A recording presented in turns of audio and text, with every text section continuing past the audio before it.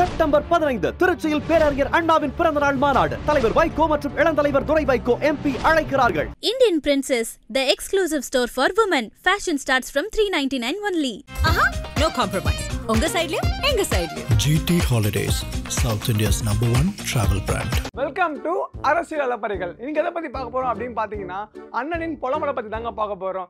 ரீசெண்டா நாம் தமிழர் சார்பில் கோவையில பாத்தீங்கன்னா நிலத்தை இழந்தால் பலத்தை இழப்போம் என்ற தலைப்புல ஒரு பொதுக்கூட்டம் நடத்தினாங்க. இதுல சீமான் விஜய் மேல விமர்சனம் செஞ்சாரா இல்ல விஜய் மேல இருக்க கோவத்தை கக்குனாதான் தெரியல. அவ்வளவு வெறி மாப்பிளைக்கு இவர் என்ன சொல்ல வராருன்னா, மக்களுக்கான பிரச்சனையை எழுதி வச்சு பேசுறவன் எங்க, இதயத்துல இருந்து பேசுறவன் எங்க, ஏன் அப்படி பண்றீங்க அப்படின்னு கேள்வி கேட்கிறாரு.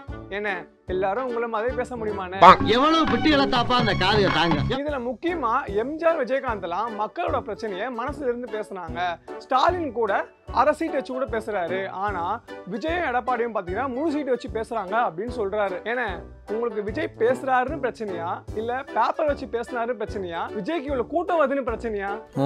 அதே மாதிரி ரஜினியும் அஜித்தும் அவங்களோட புகழ வியாபாரம் செய்ய விரும்பல அப்படின்னு புகழ்ந்து பேசியிருக்காரு. நேத்து வரைக்கும் ரஜினிகாந்த மராட்டியனும் விஜயகாந்த தெலுங்கு விமர்சனம் செஞ்ச ஆளு இன்னைக்கு இப்படி சொல்றாரு. குச்சமே இல்ல. நாளைக்கு அஜித் அரசியலுக்கே வந்தாலும் அவரையும் இப்படிதான் விமர்சனம் செய்வாரு போல. முக்கியமா சீமான் என்ன சொல்லியிருக்காருன்னா, டிவிக்கே தற்கொலை நிறைந்திருக்கு அப்படின்னு சொல்லியிருக்காரு.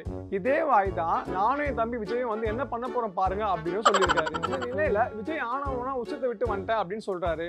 அவர் யாரு வர சொன்னா அப்படின்னு சீமான் கேட்க, உங்களை யாரு தமிழ் தேசியத்தை காக்க வர சொன்னா அப்படின்னு விஜய் ஆதரவாளர்கள் கேட்க, செட்டி போட்டு வந்தானே நீங்க எல்லாம் காலிடா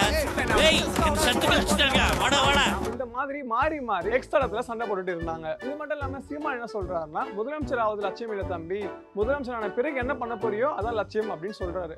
ஆமாண்ணே, நீங்க முதலமைச்சர் என்ன பண்ணுவீங்க? ஐயோ சாரிண்ணே, நீங்க 15 இயர்ஸா ஃபீல்ட்ல இருந்து ஒரு எம்எல்ஏ சீட் கூட வாங்கல தானே?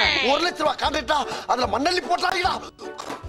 சோ இன்னைக்கு அண்ணனோட பொலமலை பத்தி ஃபுல்லா பார்த்தோம். நாளைக்கு வேற வீடியோல பார்ப்போம். Until then signing off, நான் உங்கள் முரளி. செப்டம்பர் 15 திருச்சியில் பேரறிஞர் அண்ணாவின் பிறந்தநாள் மாநாடு. தலைவர் வைகோ மற்றும் இளந்தலைவர் துரை வைகோ MP அழைக்கிறார்கள். Indian Princess, the exclusive store for women. Fashion starts from 399 only.